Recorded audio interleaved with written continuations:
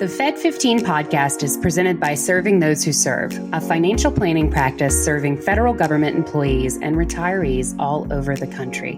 This podcast is for informational purposes only and is not intended to be taken as financial advice. All listeners should consult their personal advisors before taking any action. The opinions expressed by our hosts are their own and do not reflect the views, policies, or position of either Raymond James or Serving Those Who Serve. Securities are offered through Raymond James Financial Services, Inc., member FINRA SIPC. Investment advisory services are offered through Raymond James Financial Services Advisors, Inc. Serving Those Who Serve is not a registered broker-dealer and is independent of Raymond James Financial Services, Inc. Welcome, everyone, to this week's episode of the Fed15 podcast presented by Serving Those Who Serve. Each week, we'll discuss the latest news and info that feds need to know in 15 minutes or less. So whether you're a seasoned federal employee or whether you're just starting out in your career, Fed15 has got you covered. So grab your coffee, kick back, and we will tell you what you need to know but might have missed this week. I am your host, Katelyn Murray, and I'm the Lone Ranger this week. My lovely co-hosts are taking a day, so you are stuck with me, listener. It's the moment that you've been waiting for, moment that I've been waiting for. Well, we have some very exciting topics to kind of cover this week. We've got a really interesting article that we're going to break down on military buybacks and redeposits. So we're going to kind of break down that process. It's kind of, I think there's a fair amount of mystery around redeposits and buybacks, certainly a fair degree of confusion. And so we're going to try to alleviate some of that today with the breakdown of that article on the blog this week. We also have a pay raise 2026 update. And no, that is not an error in my script. We are talking 2026 pay raise rate. So looking 2 years ahead in the future at what the cost of living adjustment may look like there for feds. So let's kind of start with retirement redeposits and military buybacks. Okay. So really good article on the blog. If you are somebody to whom this could apply, I recommend going and actually reading the article to kind of sit with the information, let it seep in a little better. But essentially, there are two potential strategies that could help FERS or CSRS folks boost their retirement annuities. And those are obviously retirement redeposits for prior service and military buybacks. So retirement redeposits. Now, this applies to feds who come work for the federal government, they leave, and then they later return and they're retiring from the federal government. And this could be, maybe the first part of your career you spent as a fed, you went away into private sector and then you came back. It could also be if you worked like your first job, if you had a paid internship, those sorts of things can sometimes come into play here as well. So just kind of keep that in mind if you have any kind of federal service adjacent work in your history, it's worth looking into. But essentially, retirement redeposits allow federal employees who leave service and then later return to make a retirement redeposit to repay refunded FERS or CSRS contributions plus interest. Now, this allows these folks to credit their previous service towards their retirement annuity. There's three key benefits here. One, you could receive a potentially more significant monthly retirement annuity by boosting that high three. Two, you could have the possibility of retiring sooner because you would have more qualifying years of service. And then really the third benefit, thinking in terms of your survivor, you could have a higher survivor annuity. Obviously, boosting your baseline annuity is going to boost the 25 or 50% that you're leaving to your survivor as a survivor beneficiary. So definitely want to kind of look into that if it is relevant to you. Now, how do we do a retirement redeposit? Well, first, you're going to want to complete and submit the appropriate form to your HR department. Now, for my CSRS employees, that's going to be standard form 2803. And for my FERS employees, we're talking standard form 3108. So CSRS is SF 2803, FERS is SF 3108. Now, OPM is going to review that application and they're going to provide details on the redeposit amount. and the payment option for you, how much you need to kind of pay back in order to get credit for that service. And for more information on redeposits, including eligibility, interest charges, and impact on your annuity, please, please, please check out our earlier article. It's an oldie bit of goodie from Ed Zerndorfer himself. It's called Making Redeposits for Refunded Contributions Under CSRS and FERS. It's a little bit of an older article, but that breaks this down in excruciating detail for the folks who need to know about it. So definitely, if you've got federal service in your history, look into that. Now, the other strategy that we covered in this article are military buybacks. Now, obviously, this is for my civilian feds with prior military service.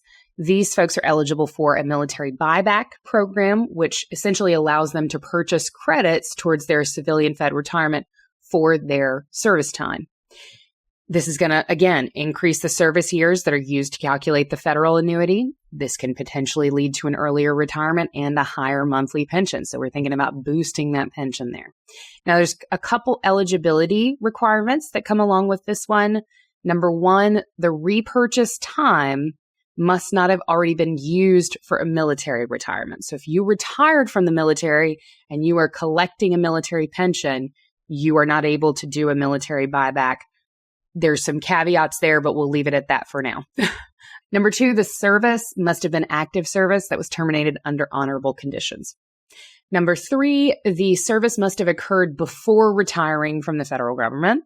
And lastly, if you want to check out kind of the full eligibility details, really the ins and out of all of this, you're going to want to download OPM's document called Federal Employees Retirement System Transfer Handbook. And you can look up buybacks there and get all the gory details. But essentially, if we're looking at kind of the process of completing a military time buyback, the cost of a military buyback for CSRS folks, you're looking at 7% in military base pay. For FERS, you're looking at 3%.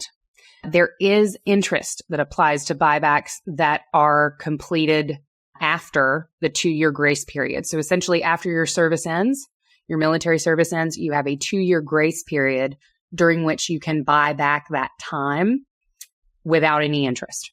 Okay. And after that period, interest charges do kind of apply. So if you're somebody who has military service that's maybe way back in your background, I still encourage you, do the math, check it out, even with the interest. In some cases, it can be worth it. If you need help doing the math, or you need, to kind of somebody to serve as a sounding board on this for you, feel free to shoot us your questions and ask STWS at STWserve.com, and we'd be happy to talk with you about this. This is a topic we cover a lot. So essentially, let's say you calculated your interest, or better yet, you're making that payment in the 2-year grace period following your service, or you don't have interest. The steps that you're going to take to calculate your cost, you want to request a military earnings estimate using form RI 20-97. And then once you've gotten that, you can submit your earnings statement to your benefits department, and they're going to calculate the amount that's owed on that military buyback for you.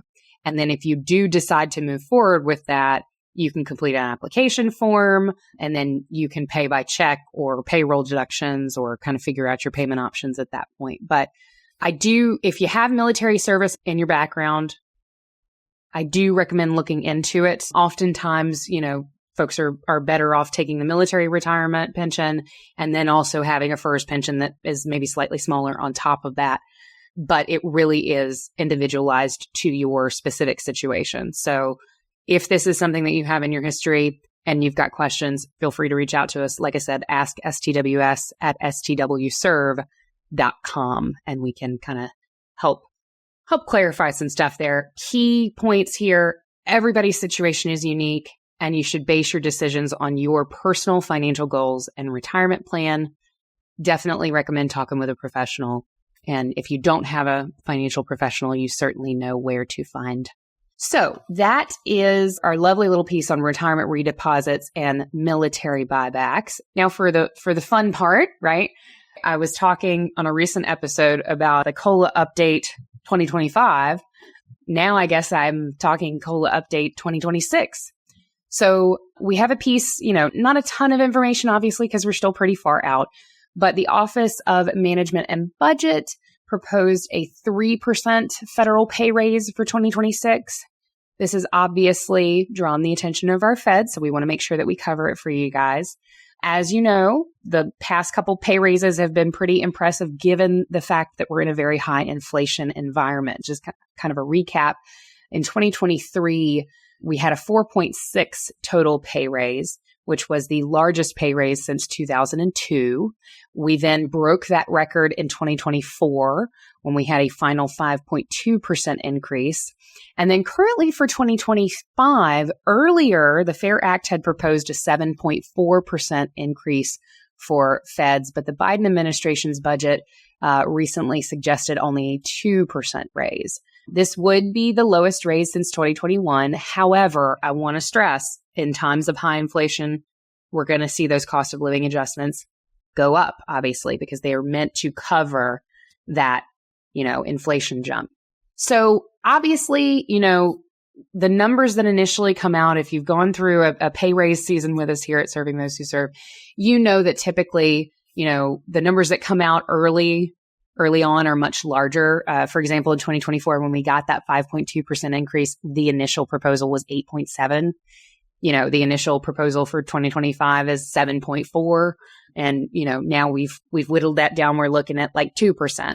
So the gap between the proposed and actual pay raise are influenced really by three key factors. One is going to be economic conditions. So things like inflation, GDP growth, employment rates, all of that affects kind of the affordability and the necessity of pay raises. Also political climate, administration priorities and congressional support and congressional discord kind of shape the feasibility of raises, with election years often seeing higher proposals. So something to keep in mind there. Now, budget constraints would be that third factor that's factoring in there. Available fiscal resources and competing government priorities really do help determine the extent of pay adjustments. So we talked about this recently, I think, on the podcast, but the process of a pay raise, kind of the life cycle of a pay raise, there's kind of a structured process. It involves the executive branch, Congress, and then, of course, federal laws. So the president's budget proposal outlines administration priorities and the fiscal outlook for each year, including recommended pay adjustments for federal employees. That really is the piece that's setting the stage for further discussions and legislation or actions on the behalf of the legislature. Congressional involvement, obviously, Congress can adjust the president's proposed pay raise based on legislative priorities, economic conditions, political negotiations, and stakeholder feedback. And then really, the federal law piece involves the Federal Employees Pay Comparability Act or Comparability Act, the FEPCA. And that's really the piece that's aligning federal salaries with private sector levels and establishing locality pay based on geographic cost of living and wages. So that locality pay piece is really governed by that FEPCA. Now, the president's budget proposal is submitted to Congress in February, normally, and it goes through months and months of deliberations. Congress needs to finalize the appropriations, including pay raises, by October 1, right? Delays from political or budget disputes can postpone or alter these raises, which is what we were talking about with the 2025 pay raise, the potential that could get hung up. So always a possibility there, unfortunately. Now, with regard to how likely a 3% pay raise is in 2026, the OMB has suggested a 3% pay raise for 26, but the final amount really does depend on a variety of factors. The next president, because we are in an election year, Congress and what they're able to propose, as well as economic conditions. Depending on where inflation goes, we don't even know what inflation is going to look like by the end of the year. The hope is that it will be a bit lower. And if that is the case, obviously that would impact the cost of living update. That's going to bring that down a bit if that does continue into 2026. So it's possible that we could get a bump up in inflation again, and we could see a higher cost of living adjustment. It's possible that, inflation could continue to trail down, and that means a lower cost of living update. Employees that are, with regard to locality pay, employees that are in higher cost areas might end up getting more of a bump than the baseline in order to stay competitive with local raises, or local wages rather, local cost of living. Obviously, it's a little bit more expensive to live in San Francisco and function there than it is to live in Arkansas, right? There's a big difference there, and that locality pay is kind of looking to be mindful of that. So looking ahead, our feds obviously should stay informed, stay prepared. We're going to do our job here at Serving Those Who Serve to put the information out there and really track those pay raise increases for 2025 and 2026. But we always recommend preparing, obviously, the cost of living adjustments as they come through. Look at things like, are you maxing your TSP? If you recently had a birthday and now you're in your 50s, congratulations, you can now put in an extra $7,500 as a catch-up contribution. So really looking for ways to optimize those cost of living adjustments.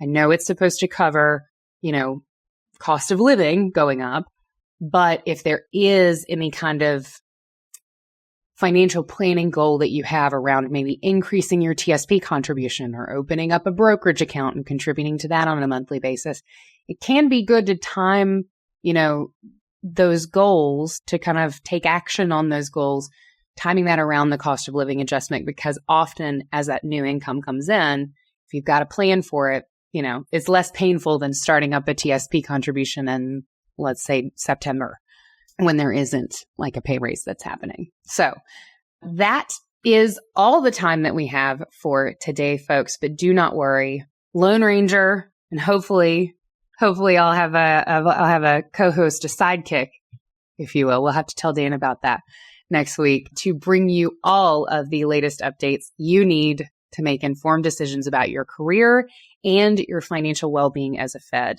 Now, be sure to subscribe to the podcast on our YouTube channel. We're on YouTube, we're on Spotify, so that you never miss an episode. And please, please, please do share it with your friends and colleagues. It is a free way to spread the knowledge.